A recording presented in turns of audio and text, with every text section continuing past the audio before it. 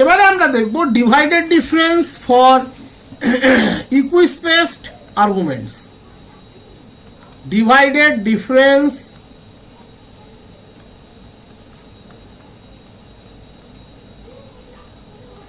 For ইকুইস্পেসড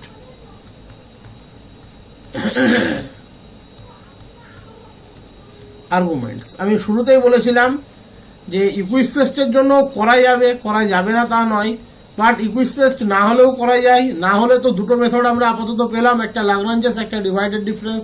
but ইকুইস্পেসড হলেও কিন্তু এটা করা যায়। তাহলে ইকুইস্পেসডের বিষয়টা কি?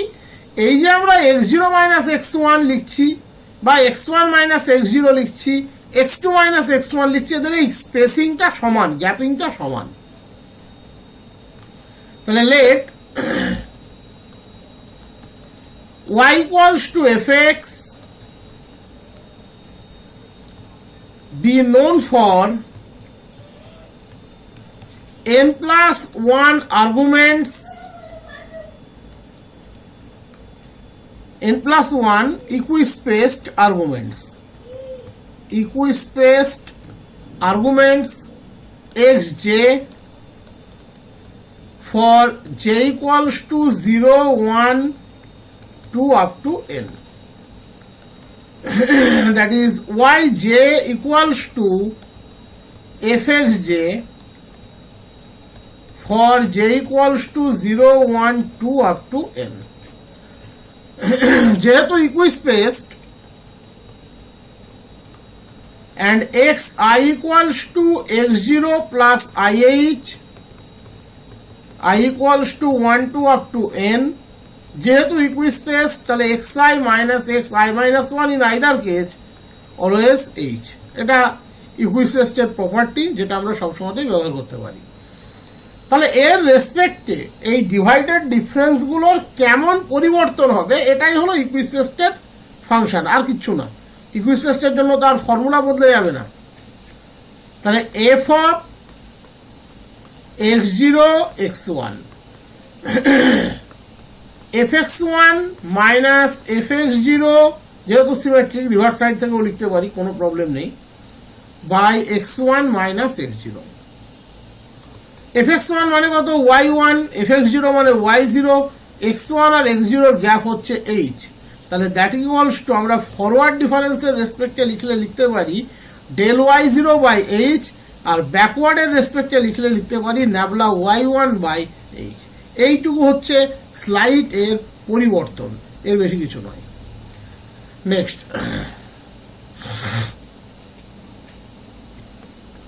f x0 x1 x2, f of x0 x1, f of x1 x2, first minus last, that is x0 minus x2। f of x0 x1 আমি এখনই দেখিয়ে দিলাম del y0 by h। f of x1 x2 মানেই f of x2 x1, তার মানেই del y1 by h। আর আমরা ইকুইস্পেসের এই যে ফর্মুলাটি লিখলাম, এখানে i এর ভ্যালু 2 বসাও, তাহলে x2 মাইনাস এখানে বসাও x2 equals to x0 plus 2h, তাহলে x0 মাইনাস x2 সমান মাইনাস 2h। তাহলে এখানে আমরা বসিয়ে দিলাম মাইনাস 2h। এবারে আমরা ক্যালকুলেশন ডেভেলপ করব। তাহলে del y0 minus y1 by minus 2h square, তাহলে del y1 minus y0 by 2h square, that is del y0 by 2h square, that is del 2 y0 by 2 into h square। 2টাকে আমরা 2 factorial লিখবো। যদি এটাকে ব্যাকওয়ার্ডের রেসপেক্টে লিখি, del 2 y0 means nabla 2 y2 by 2 factorial h square। ওকে, এটা গেল second DD. তাহলে আশা করি কন্ট্রিবিউশনটা বুঝতে পেরেছো। যদি আমরা n এর ডিডি বের করি, তাহলে কি পাবো? Del n y0 by n factorial h to the power n, আর ন্যাবলা দিয়ে লিখলে nabla n yn by n factorial h to the power n। তাহলে similarly similarly f x0 x1 up to xn del n y0 by n factorial h to the power n nabla n yn by n factorial h to the power n. Okay, তো এই ছিল equispace পার্টের contribution. এবার হচ্ছে confluent arguments. Divided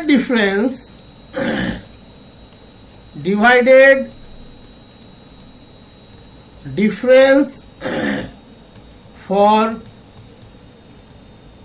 confluent arguments.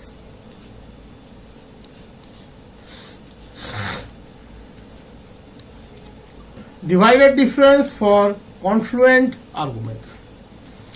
Confluent means এক্ষেত্রে দুটো argument যদি কোনোভাবে সেম হয়ে যায় তাহলে সেটাকেই আমরা বলি কনফ্লুয়েন্ট আর্গুমেন্ট। যেমন এফ অফ এক্স জিরো যদি আমাকে বের করতে হয় তাহলে এই প্যাটার্নটিকে আমরা বলি কনফ্লুয়েন্ট আর্গুমেন্ট। দেখো এখানে যদি আমরা বের করি তাহলে উপরে কি আসছে সাধারণ কনসেপ্টে F x zero minus F x zero zero, আর নিচে আসছে X zero minus X zero zero, তাহলে আনডিফাইন্ড হয়ে যাচ্ছে। তাই এক্ষেত্রে লিমিটিং কনসেপ্টকে অ্যাপ্রোচ করতে হয়। Limit H tends to zero F of x zero plus H comma X zero এর লিমিটিং ভ্যালু হচ্ছে এফ অফ এক্স জিরো। এবারে দেখো এক্স জিরো প্লাস এইচটা slightly different from X zero. Okay, limit H tends to zero F of x zero plus H minus F x zero divided by x0 plus h minus x0 that is h. ওকে, এটা দেখো x0 রেসপেক্টে first derivative আর কিছু নয়, x0 রেসপেক্টে first derivative. তাহলে এটা হয়ে গেল কত f dash x0, f of x0 equals to f dash x0। তাহলে ফার্স্ট ডিডির ক্ষেত্রে আমরা কি পেলাম confluent argument, first DD equivalent to first order derivative at that point. এবারে আমরা যাব সেকেন্ড ডিডি বের করতে for confluent argument. F of x zero limit H tends to zero F of x zero plus H. এক্ষেত্রে দেখো আমরা first ডিডিকে utilise করতে পারবো, সেই কনসেপ্টে এটা কিন্তু এগোনো। তাই লাস্ট পার্টটিকে আমরা চেঞ্জ করলাম, সেটা ফার্স্ট পার্ট চেঞ্জ করলেও হতো, মিডিল পার্ট চেঞ্জ করলেও হতো, ওটা কোনো ব্যাপার নয়। বাট এক্ষেত্রে আমরা ইউটিলাইজটা এমনভাবে করব যেন আগে যেটা শিখলাম সেটাকে ব্যবহার করতে পারি।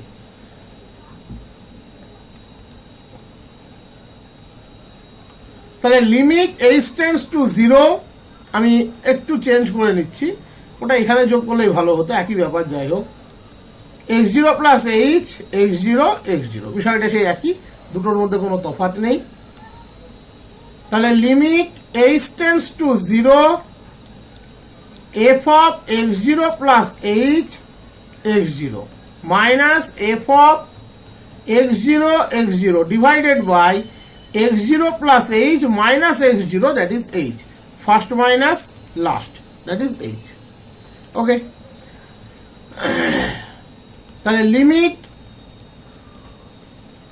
h tends to 0 f of x0 plus h minus fx0 by h minus f of x0 সেটাকে আমরা বলি f dash x0 divided by h। ওকে, এবার আমরা আরেকটা স্টেপ এখান থেকে এগোবো।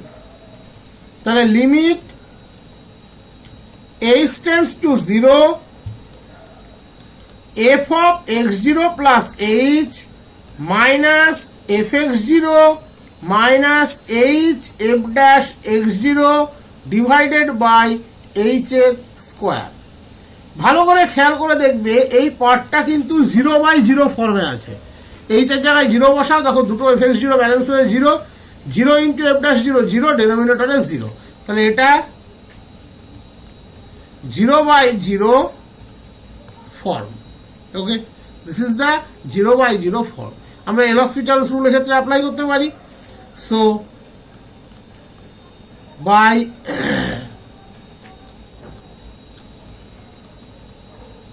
এল'হসপিটালস রুল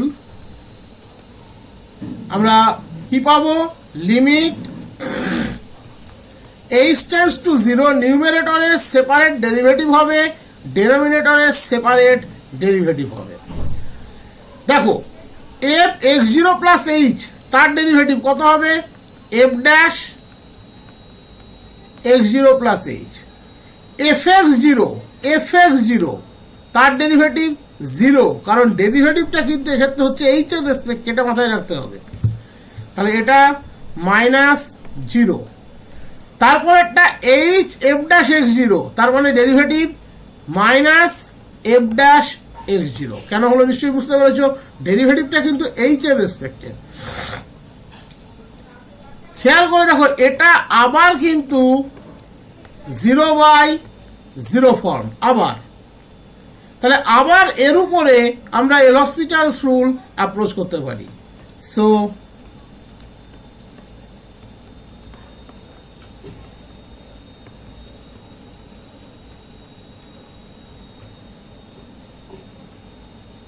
বাই এল'হসপিটালস রুল আমি আবার ওকে ডেরিভেটিভ করব। Limit h tends to 0, H এর রেসপেক্টে ডেরিভেটিভ কিন্তু, তাহলে এর ডেরিভেটিভ হবে F double dash x zero plus H. এর ডেরিভেটিভ এবার কিন্তু জিরো, কারণ এখানে মানে এইচ এর টার্মই নেই, আর ডেনোমিনেটরে 2h এর ডেরিভেটিভ 2। তাহলে ফাইনালি আমরা পেলাম f double dash x zero by 2। এটাকে আমরা 2টাকে 2 ফ্যাক্টোরিয়াল লিখছি। এর বেশি আর এসএসসির জন্য করে দেখানোর দরকার নেই, অনার্স হলে আমরা এক্ষেত্রে থার্ডটাও দেখাই, f triple dash x zero by 3 factorial. ওখানে গিয়ে ফ্যাক্টোরিয়ালের বিষয়টা ক্লিয়ার হয়, 2 ফ্যাক্টোরিয়াল আর 2 তো একই, সেই জন্য ক্লিয়ার হয় না। যদি তুমি বাড়িতে থার্ড ডিগ্রি বের করো দেখবে f triple dash x zero by 6 আসবে, তার মানে 3 ফ্যাক্টোরিয়াল, ওখান থেকে ফ্যাক্টোরিয়ালটা বোঝা যায়। তা আমি প্রসেসটা আর দেখানোর চেষ্টা করলাম, কারণ এখানে এইগুলোর ক্যালকুলেশনটা তোমাদের ক্ষেত্রে খুব ইম্পর্ট্যান্ট তা নয়, বাট প্রসেসটা বোঝা থাকলে তুমি যে কোনোটাই বুঝতে পারবে। তাহলে এবার যদি আমরা r+1 সংখ্যক কনফ্লুয়েন্ট আর্গুমেন্ট নিই, তাহলে সেক্ষেত্রে ঘটনাটি কি ঘটবে। So for r+1 confluent arguments, f of x0 up to x0 total এখানে আছে কিন্তু r+1। দেখো যখন 3টে ছিল তখন এসছে f ডাবল ড্যাশ x0, তাহলে r+1 এর জন্য f r x0, 3টের জন্য এসছে 2 ফ্যাক্টোরিয়াল, তাহলে r+1 এর জন্য r ফ্যাক্টোরিয়াল। এবারে যদি কনফ্লুয়েন্ট আর্গুমেন্ট আর নর্মাল আর্গুমেন্ট মিক্সড থাকে, তাহলে সেক্ষেত্রে ঘটনাটি কি ঘটবে। এটা কিন্তু একটা ডিফারেন্ট টাইপ অফ কেসেস। যদি কনফ্লুয়েন্ট আর্গুমেন্ট এবং নর্মাল আর্গুমেন্ট মিক্সড থাকে, তাহলে সেক্ষেত্রে কি করে ঘটবে। প্রথমে দেখা যাক একটা পেয়ার মিক্স থাকলে সেক্ষেত্রে ঘটনাটি কেমন হয়। F of x x x0 x1 up to xn, x x x0 x1 up to xn, একদম আগের মতোই। এখানে একটা পার্ট রিপিট এসছে, সেটা হচ্ছে x, x। তাহলে limit h tends to 0 f of x plus h x x0 x1 up to xn। এবারে দেখো বিষয়টা এমনভাবে তৈরি করতে হবে যাতে ডেরিভেটিভ স্ট্রাকচারটা মেনটেন হয়। আমরা অলরেডি বলেছি এরা সিমেট্রিক, আমরা এদের ইন্টারচেঞ্জ করতে পারি, তাতে কোনো প্রবলেম নেই। আমরা ইন্টারচেঞ্জটা একটু ভেবে করব। কিভাবে করব, প্রথমে আমরা এক্সটাকে নিয়ে যাচ্ছি এক্সএন এর পজিশনে। সেটা কিভাবে সম্ভব তুমি এভাবে বলতে পারো যে আপনি এক্স আর এক্সএন কে ইন্টারচেঞ্জ করে দেন, করা যায়। বাট আমাদের নিয়ে যাওয়ার টেকনিকটা একটু আলাদা। আমরা 1 by 1 স্টেপ যাব, সেটা আমরা ক্যালকুলেশনে দেখাবো না। দ্যাট ইজ প্রথমে এক্স আর এক্স জিরোকে ইন্টারচেঞ্জ করলাম, তাহলে এক্স এর পজিশনটা এক্স জিরোর জায়গাতে চলে গেল। এবারে এক্স আর এক্স ওয়ানকে ইন্টারচেঞ্জ করলাম, তাহলে এক্স ওয়ান এক্স এর জায়গায় চলে আসলো, এক্স ওয়ানের জায়গাতে এক্স চলে গেলো। এইভাবে স্টেপ ওয়াইজ যাবো। বোঝাতে পারলাম আশা করি। এক্স প্লাস এইচটা যেমন আছে থাকলো, এক্সটা বাই স্টেপ আমরা এক্স এন অব্দি পৌঁছাবো। আমরা directly x x N interchange করতে পারি, কিন্তু তাতে আমার এক্ষেত্রে খুব একটা লাভ হবে না। আমরা ডেরিভেটিভ স্ট্রাকচারটাকে আনতে যাচ্ছি, ইনক্রিমেন্ট মাইনাস প্রি ভ্যালু। তাহলে এক্স আর এক্স জিরোকে ইন্টারচেঞ্জ করো, পরবর্তীতে এক্স আর এক্স ওয়ানকে ইন্টারচেঞ্জ করো, এইভাবে যাচ্ছি। প্রসেসটা একটু মনে রাখবে, তাহলে বুঝতে পারবে। তাহলে limit h tends to 0 f of x plus H. দেখো এক্স আর এক্স জিরোকে ইন্টারচেঞ্জ করেছি, তাহলে এখানে চলে এসছে এক্স জিরো। পরবর্তীতে এক্স আর এক্স ওয়ানকে ইন্টারচেঞ্জ করেছি, তাহলে এখানে চলে এসছে এক্স ওয়ান। লাস্টলি গিয়ে আমরা এক্স এন আর এক্স কে ইন্টারচেঞ্জ করেছি, তাহলে এক্স ফাইনালি লাস্ট পজিশনে পৌঁছে গেছে।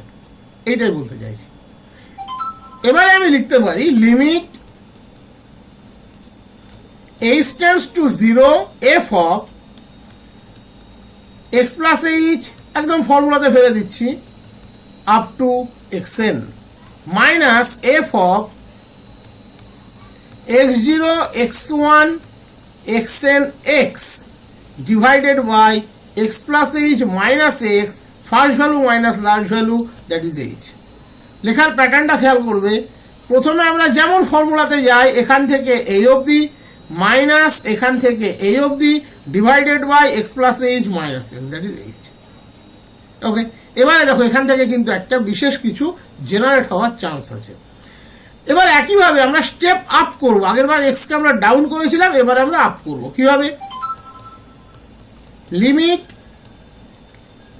h tends to 0 f of x plus H X zero x one up to x N F of, কিভাবে আপ করব? এক্স এন এক্স কে interchange করো, তারপরে এক্স এর সাথে এক্স এন মাইনাস ওয়ান কে interchange করো, তাহলে এবারে কি চলে আসবে? ফাইনালি এক্স জিরোর সাথে এক্স এর ইন্টারচেঞ্জ হবে, তাহলে কি আসবে? F of x x zero x one up to x n divided by h. খেয়াল করে দেখো এখানে সেভারাল ভ্যারিয়েবলের একটা ডেরিভেটিভ হয়েছে, পার্শিয়াল ডেরিভেটিভ, এক্স এর ইনক্রিমেন্ট, বাকি সবাই কনস্ট্যান্ট আছে। এবার বাকিগুলোকে যদি কনস্ট্যান্ট ধরো, এটা অ্যাকচুয়ালি পার্শিয়াল ডেরিভেটিভ দিয়ে লেখা উচিত, বাট কোথাও আমি কোনোদিন লিখতে দেখিনি। সবাই এভাবে লেখে DD x of F of x x zero x one up to x N, that is এই পার্টটিকে যেহেতু কনস্ট্যান্ট সেই জন্য এটা লেখে, বাট অ্যাকচুয়ালি এটা ডেল ডেল এক্স দিয়ে লেখা উচিত, ডেল এফ ডেল এক্স লেখা উচিত। যাই হোক, যে এক্স এর ইনক্রিমেন্ট মাইনাস এক্স এর pre functional value divided by h. তাহলে এটা কখন পেলাম? যখন একটা পেয়ার অফ কনফ্লুয়েন্ট আর্গুমেন্ট নিয়েছি, তখন এই ঘটনাটি ঘটলো। এবার দুটো তিনটে করে তোমার দেখার দরকার নেই, আমরা ডিরেক্টলি জেনারেলাইজড ভার্সনটা লিখে দিচ্ছি। So F of x x up to x, ধরে নাও কনফ্লুয়েন্ট পার্টটা আর প্লাস ওয়ান টাইমস আছে, এবারে বাকি এন প্লাস ওয়ান সংখ্যক আছে, x zero x one up to x N. তাহলে এখানে টোটাল পয়েন্ট কতগুলো আছে? এন প্লাস আর প্লাস টু। খেয়াল রাখবে এটা, এন প্লাস আর প্লাস টু। তাহলে এক্ষেত্রে ফর্মুলাটি পাবে, এখানে যেমন একটা স্টেপ করলাম, ফ্যাক্টোরিয়ালটা আমরা বুঝতে পারবো না। যদি এটা দুটো স্টেপ করতাম, তাহলে আমরা পেতাম 1/2 into d two dx two of that quantity, that is del two f del x two হওয়া উচিত। তাহলে আর প্লাস ওয়ানের জন্য 1/r ফ্যাক্টোরিয়াল dr dxr, এটাকে তুমি আর টাইম পার্শিয়াল ডেরিভেটিভ ভাবতে পারো, ওটাই actually F of x x zero x one up to x N. This is the result. And last theoretical topic এই পার্টের, এরপরে আর থিওরিটিক্যাল টপিক কিছু থাকবে না, যেটা আসবে প্রবলেম। নিউটনস প্রবলেমগুলো আমি সামনের বুধবার করাবো, বলে রাখছি, তার কারণ আছে। প্রবলেম করতে খুব বেশি সময় লাগবে না, 30 মিনিট মতো লাগবে প্রবলেমগুলো করতে। তারপরে 30 মিনিট তোমাদের ডিফারেন্সিয়াল ইকুয়েশনের, আমি মনে হয় ফুল লেন্থ কোশ্চেন যেগুলো আছে তার মধ্যে একটা মনে হয় দিয়ে দিয়েছিলাম, মানে যে পরীক্ষাগুলো নিয়েছিলাম, আর একটা দিতে বাকি আছে। পরের দিন ওইগুলো এই কারণেই আমি বাদ রেখেছি, যেদিন যেদিন ফাঁকা সময় থাকবে আমি করিয়ে দেবো। পরের দিন নিউটন ডিভাইডেড ডিফারেন্স ফর্মুলার প্রবলেমগুলো আগে করাবো, তারপরে ওডির দুটো সিরিজ আর বাদ আছে। একটা আমি দিয়ে দিয়েছি মনে আছে, একটা মনে হয় ট্র্যাজেক্টরির বাদ আছে, আর একটা ওডির ফুল ফেজ পুরো সিলেবাসের যে কোশ্চেনটা ছিল, যে কোনো একটা আমি ওই দিন করিয়ে দেবো, করিয়ে ওটাকে ক্লোজ করে দেবো। নিউটনস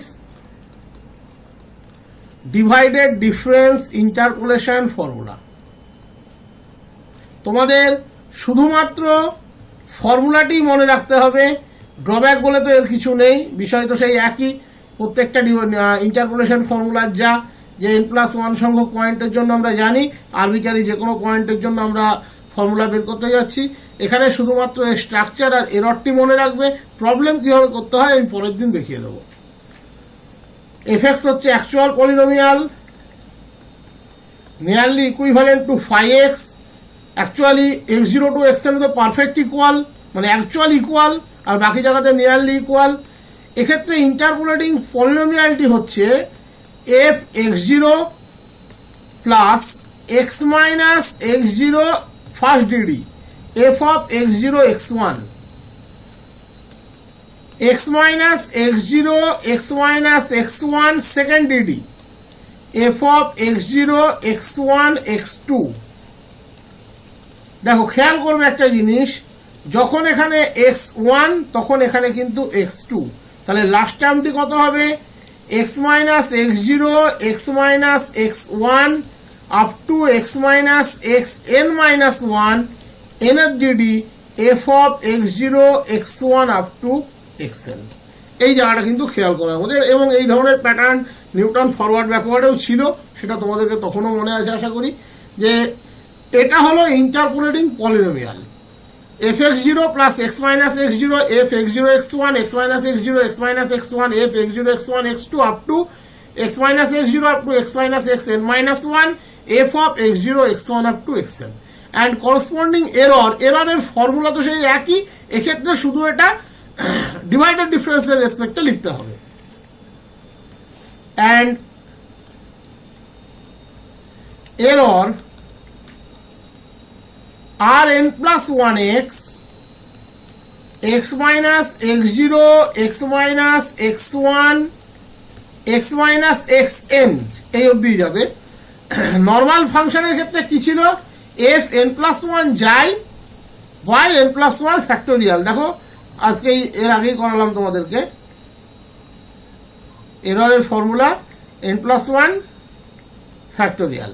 এক্ষেত্রে এই যে এনএফজিডি যেটা বেরোচ্ছে, এফ অফ এই এনএফজিডি বলছি, এফ অফ n+1 যাই বাই n+1 ফ্যাক্টোরিয়াল, এটা অ্যাকচুয়ালি রিপ্লেস হবে এই পার্টটি দিয়ে F of x x0 x1 up to xn।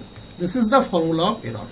Actually এই যে F of x x0 up to xn, এটা রিপ্লেস হলো f n+1 যায় বাই n+1 ফ্যাক্টোরিয়াল দিয়ে, এটা রিপ্লেস হলো, আর কিচ্ছু নেই।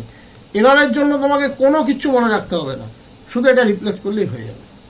এবার এর উপরে প্রবলেম কীভাবে করতে হয় আমি সামনের বুধবার দিন দেখিয়ে দেবো, বেশিক্ষণ লাগবে না। তারপরে যে কোনো ওডি দুটো সিরিজ আর বাদ আছে আমি কমপ্লিট করে দেবো। কিছু বলার থাকলে বলতে পারো, নাহলে আজকের মতো ক্লোজ করছি।